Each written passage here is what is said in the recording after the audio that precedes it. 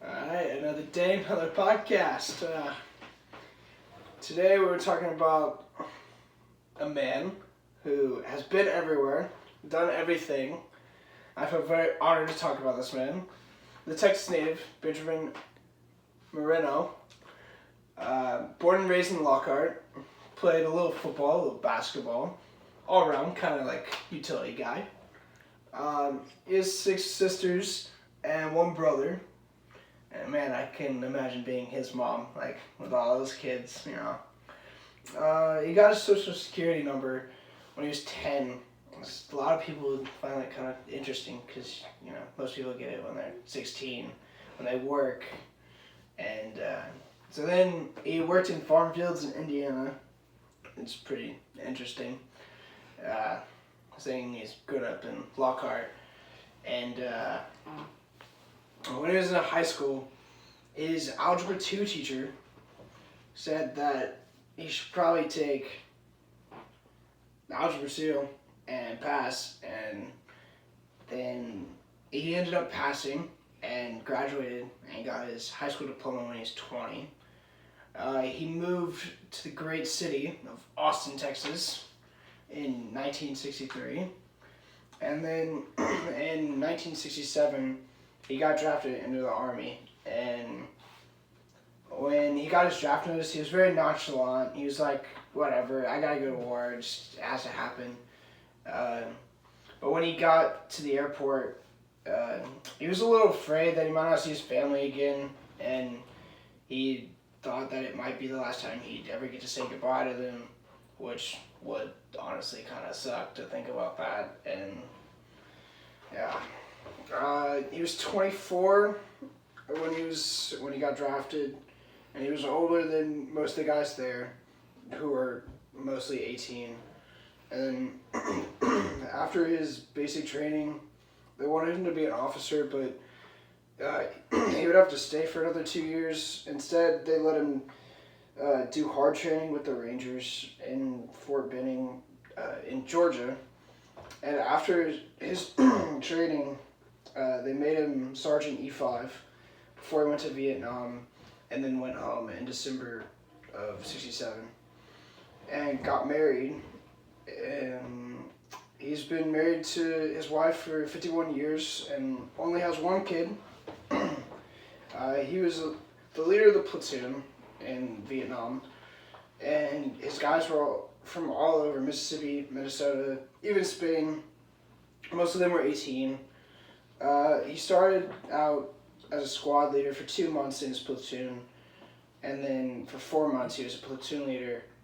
And then he didn't have a lieutenant, so that he was basically just like the main guy, like bossing everyone around and telling them what to do. He wasn't allowed to have a good luck charm or jewelry or anything when he was in the war, but he brought a picture of his wife with him, which I think is pretty cool. And he has a few nicknames like Red Robin, First Eagle, but they changed all the time because you didn't know who was listening in on the walkie-talkies and radios. And they never called him Sergeant because the enemy could be listening, and they had to be very quiet in the jungle so they could be sneaky without being seen. And he wasn't allowed to smoke or use aftershave in the jungle because they could smell him from wherever they were. And some of the guys got sick from drinking the water that had Agent Orange, but they didn't know it because nobody knew what it even was, or that it was around like where they were going through in the jungle. And so it made most of the guys sick who got in the water and started drinking it, and most of the guys would just start bathing in it, and it'd be bad for their skin and hygiene.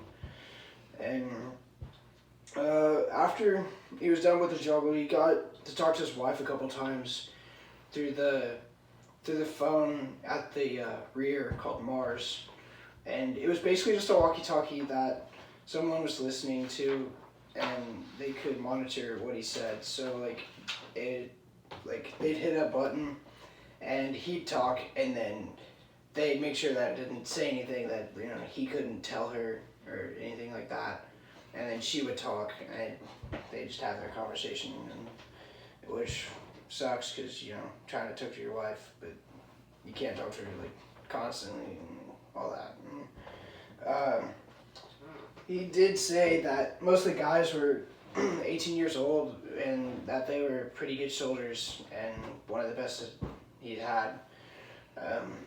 And he was really good friends with the guys of Vietnam. They were like brothers, but he never saw them when he got home.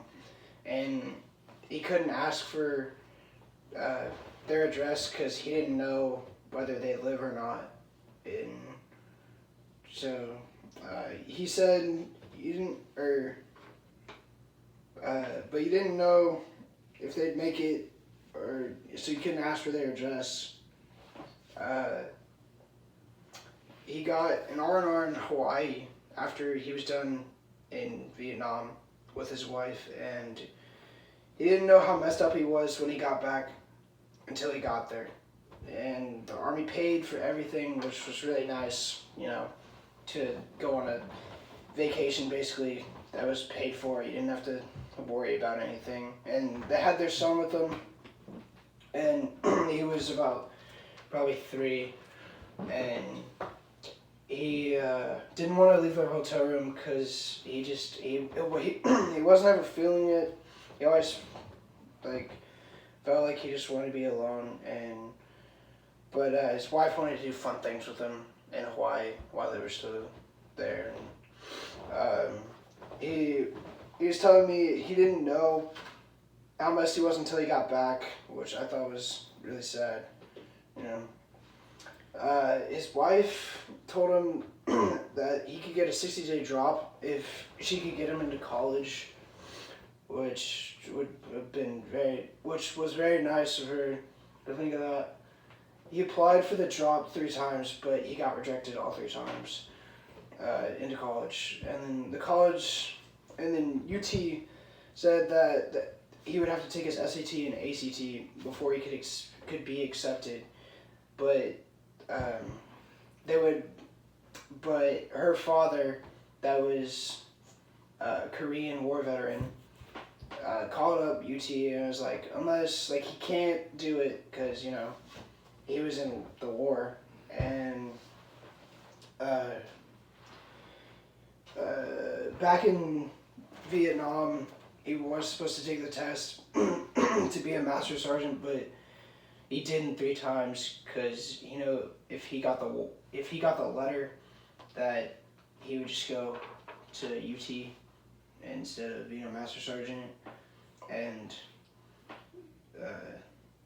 his wife's dad called the college to convince them to accept him and get him accepted.